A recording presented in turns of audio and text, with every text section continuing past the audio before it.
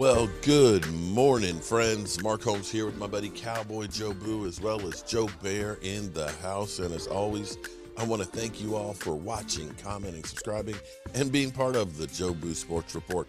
Without you guys, as well as you ladies, you know that this literally does not work. So let's get open for business here and let's wake up the football gods here on this Sunday morning. Finally, we're hearing Mike McCarthy actually say something about all the stuff that's been going on with the Dallas Cowboys thus far this free agency period. And we'll get to that in a minute. But don't forget, today, we started this a couple of weeks ago when the season ended, when I'm available to do a Sunday live stream. Basically, we were starting at 4 o'clock. Today, it'll be at 4:30. Roland's Review, Stacy Schubert actually does a live stream at 4 o'clock, so I don't want to interfere with that. But last week ended up being the vent session. And what we're doing with it is channel members are able to actually zoom in on the call and be part of the conversation about what's going on. And with this past week, since last Sunday, of having so many different things going on, it's crazy because you think that Amari Cooper situation was like weeks ago or last offseason. That was just last weekend.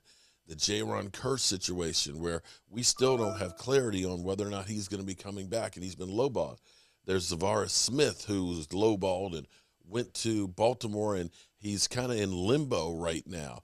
We've got, of course, Randy Gregory, who was about to sign a deal with Denver and then came back and was about to sign with the Cowboys, and then they tried to slip in another little clause, and he said, "The heck with this, I'm going to Denver."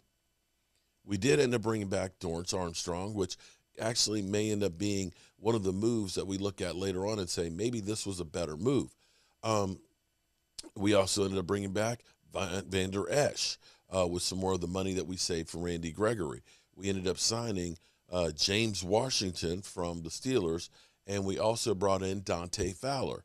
So we did make some moves. The question will be are these moves going to be something that will get us over the hump? And you guys will be able to chime in. Like I said, it is a live stream that's open to everybody, but channel members will be able to call in and be part of the call in the live stream as well. And I can guarantee you it may get ugly. It may get ugly. I may have to get a mute button to block some of the comments on what's been going on with Stephen Jones and his penny pitching. But here we go. This morning, after so much speculation and everything else that's going on here, we finally hear from Mike McCarthy. So Mike McCarthy, yesterday, through David Moore of the Dallas Morning News, this is exactly the conversation and questions that he answered. I'm just wondering, is there a plan here or not? And it seems like Mike McCarthy, from the tone of the thing, you weren't there to hear it, but it seems like the tone is a little bit testy. And you give me your opinion on this first. The first quarter is not even complete yet. If people are frustrated, well, sometimes games are a little frustrating. We've definitely come out with a run the football and take care of our own mindset. Outside of our own roster, we have the mindset we are not going to throw the ball deep with every snap. How's that for a football analogy? So what he's saying is going after a free agent, a big-name free agent, is like throwing the ball deep. They're saying keeping your core group of players together is like running the football. But the funny thing about this is, for him to use that analogy on a team and his mindset that he does not like to run the football, he likes to pass the ball deep. You see what I did there? Mike McCarthy's using the analogy of we're running the football. We're not going deep. We're not passing the ball deep. So this is the Joneses mindset. Is it Mike McCarthy's? To use an analogy that is the exact opposite of what you normally do, it's kind of like, is this a cryptid message that, you put universal sign of distress, you put the flag upside down. Flags flying upside down, that's a sign of distress. Maybe other people don't notice that aren't Americans. But you do that to say, help, help. And so for Mike McCarthy to say the first quarter isn't even completed yet, if people are frustrated, well, sometimes games are a little frustrating. We definitely come out with a run the football and take care of our own mindset. Outside of our own roster, we have a mindset where we're not going to throw the ball deep with every snap. And you shouldn't. But the thing about throwing the ball deep is you have to throw the ball deep to keep the other teams honest. If you don't attempt at least a pass or two to let them know that you will go there, then the field gets shortened. They can put 8 men in the box. You have less real estate to work with, and it ends up handicapping you. You see what I'm saying there? It limits what you do. You're taking away part of the whole field and opportunities away from them. You like that football analogy? So that's Mike McCarthy's things. He goes on. I mean, Amari Cooper is a fantastic player, McCarthy says. He does some things clearly that put him with the best, particularly with his quickness and his lateral release is as good as I've ever worked with. That was a difficult decision. Same with Lyle. You don't want to lose those sorts of players. But when you talk about competition, there is a competition and a challenge in the financial arena. You have to make business decisions that are in line with the dynamics of your cap. I hear what you're saying. But if you are saying the only reason that Amari Cooper is not here is because of financial reasons and dynamics of your cap, the Cleveland Browns restructured his contract so that they're paying less money for him this season than the Dallas Cowboys are paying for him to go. They restructured his contract so that way only $5 million of his salary that was slated for this year is counting on their cap. They restructured and they got $15 million. We are paying $6 million on the cap in dead money.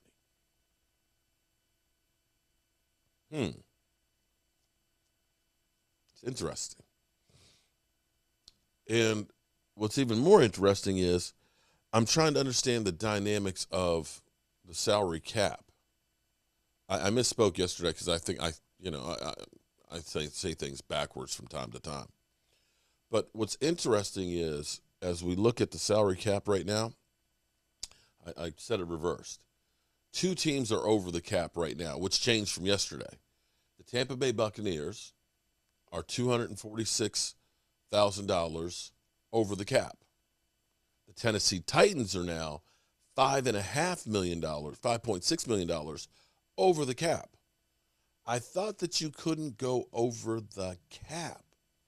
Is there no ramifications? Because actually yesterday, before Matthew Stafford was signed, the Rams were $176,000 over the cap. They ended up getting a new deal for Matthew Stafford, and now they've moved up the chain a bit, and now they're up to $6 million in cap space. Let's see where. There we go. Yeah, $6 million in cap space. The Cowboys, of course, we moved way up. We're up here at 26, but I don't think that's gotten. I don't think it's been reset with the new contracts. I could be wrong, but James Washington and Dante Flower, I don't think are part of that equation just yet. But to say that we have the financial restraints of the cap, you've got to say that Mike McCarthy is towing the company line. Verbatim, he is repeating Stephen Jones that, you can't sign players because we don't have the money. I find it amazing that the Dallas Cowboys are the only broke-ass team out there where the Cleveland Browns found a way to get Deshaun Watson into the fold, as well as Amari Cooper, and have more money to spend still than the Dallas Cowboys at $36 million. I find it hard to believe that the Rams were able to get a new deal for Matthew Stafford, work on getting a new deal for Aaron Donald, and look around for other players, and them not be restrained by the dynamics of their cap. Maybe I'm wrong. Maybe the Dallas Cowboys have some other handicaps that we don't know about, or things in there because they're the Cowboys and they're the biggest franchise, that they're not allowed to make moves like other teams in poorer markets. Maybe there's a bylaw or a subclause or something in there. But I have to say, Mike McCarthy is just towing the company line here, and he's still feeding us some more bullshit in their ineptitude. But be that as it may, I want to go back to a Rich Eisen piece where he interviewed Troy Aikman about a month or so ago about what is the problem with the Dallas Cowboys. I'm going to ask the question about the Cowboys, and it's an infused way of asking it. Okay, I'm just coming straight through the front door with you. But I think it's an appropriate way to ask is what's missing?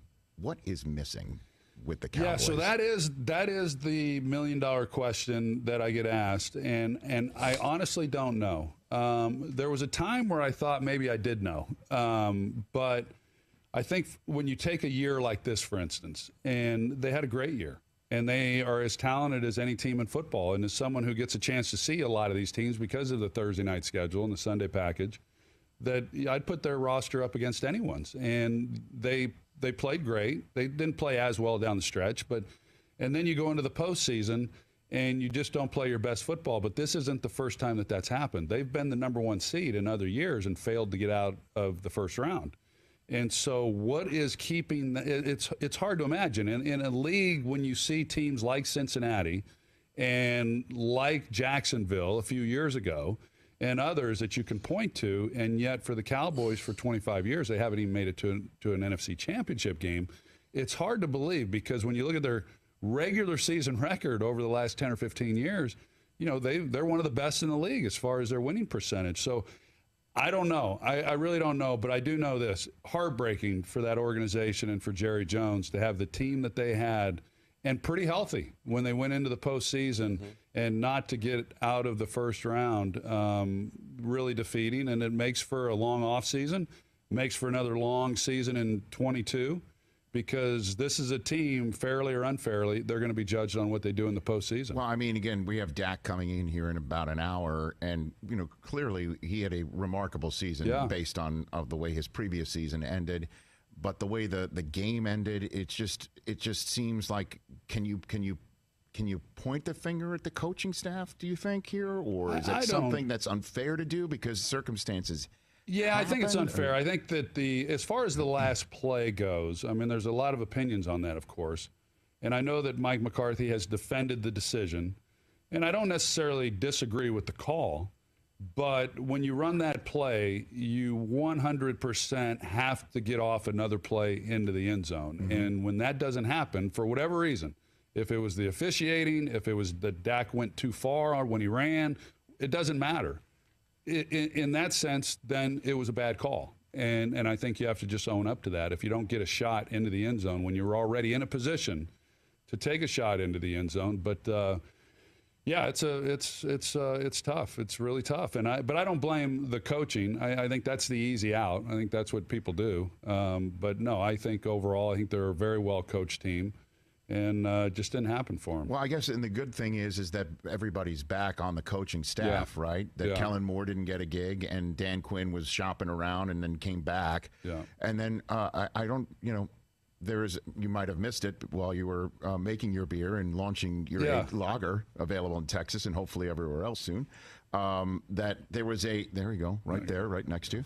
That there was an article on DallasCowboys.com of Jerry flat out talking about Dan Quinn coming back, and he's head coaching material, and Sean Payton was on the staff before, and everybody knew at the time that he could be a head coach, and Jason Garrett, and he's talking about Dan Quinn being head coaching material. And well, what about Mike McCarthy? And his answer was, well, Mike knows that someday he won't be the Dallas Cowboys head coach.